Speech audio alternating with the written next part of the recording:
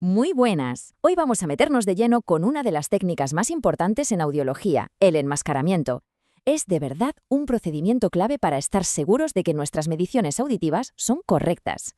Y esta es la gran pregunta, la que está detrás de cualquier prueba audiométrica. Es fundamental porque, como vamos a ver ahora mismo, los resultados, a veces nos pueden engañar. Mirad, aquí tenemos un audiograma. A simple vista, cualquiera diría que muestra una hipoacusia en el oído derecho. Pero, ¿y si esta respuesta no viniera del oído que creemos que estamos evaluando? ¿Y si, en realidad, nos estuviera respondiendo el oído contrario, el que oye mejor? Para entender por qué pasa esto, tenemos que pararnos un momento a pensar en la física, en cómo viaja el sonido no solo por el aire, sino, y esto es lo importante, a través de nuestro propio cráneo. Y aquí entra un concepto fundamental, la transmisión transcraneana. Imaginemos que un sonido es tan intenso que no solo estimula el oído donde lo presentamos. No, la vibración es tan fuerte que viaja por los huesos del cráneo hasta llegar a la cóclea del otro oído. Claro que en ese viaje a través del cráneo, el sonido pierde fuerza, pierde parte de su energía. A esa reducción de intensidad la llamamos atenuación interaural. Es un dato importantísimo porque nos dice cuánta energía se queda por el camino. Si no tenemos en cuenta este fenómeno, corremos el riesgo de obtener lo que se llama una curva sombra. Y esto no es más que un audiograma falso. Es un espejismo que nos muestra una supuesta audición en el oído malo, cuando en realidad es el eco, la sombra de la audición del oído bueno. Para no liarnos y hablar todos el mismo idioma, usamos una terminología muy concreta. Al oído que queremos medir, que suele ser el que oye peor, lo llamamos oído evaluado, o OE. Y al otro, el que puede estar interfiriendo, que normalmente es el que oye mejor, lo llamamos oído no evaluado, o WAN. Muy bien, entonces, ¿cómo evitamos que el oído no evaluado nos la juegue? La respuesta es el enmascaramiento. Y para hacerlo bien seguimos unos criterios súper claros, conocidos como las reglas de oro de Goldstein. Empezamos por la vía aérea. Y el primer número que hay que grabarse a fuego es este, 40 decibelios. Es la atenuación interaural media que se calcula para los auriculares de diadema. Así que, primera regla, vía aérea. Si la diferencia entre el umbral del oído que estamos evaluando y el umbral del oído contrario es de 40 decibelios o más, es obligatorio enmascarar. Con esto nos aseguramos de que el sonido no está saltando de un lado a otro. Pasamos ahora a la vía ósea. Aquí el número clave es bastante más pequeño, pero igual de crítico, 15 decibelios. La segunda regla es para la vía ósea.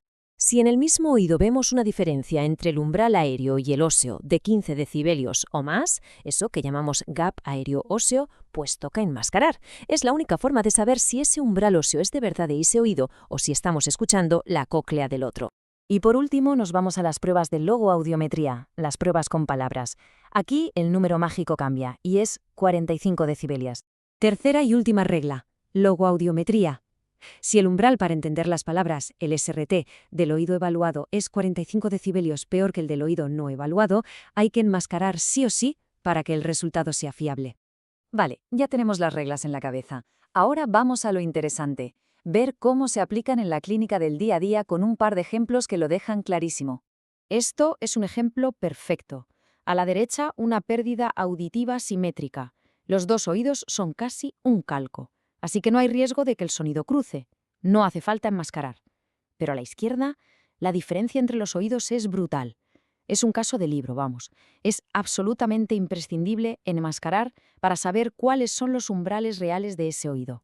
Entonces, resumiendo mucho, los tres escenarios donde el enmascaramiento no es una opción, sino una obligación, son pérdidas auditivas unilaterales, pérdidas bilaterales que sean asimétricas y siempre, que nos encontremos un gap aéreo-óseo de 15 decibelios o más. Quiero que esto quede muy claro. El enmascaramiento no es un paso más, no es una tecnicidad. Es literalmente uno de los pilares que sostienen la fiabilidad de nuestro diagnóstico. Y esta definición de Sebastián lo clava. El objetivo es muy sencillo. Le ponemos ruido al oído bueno para tenerlo ocupado y que no nos moleste. Así podemos escuchar la respuesta real, sin interferencias, del oído que de verdad nos interesa evaluar.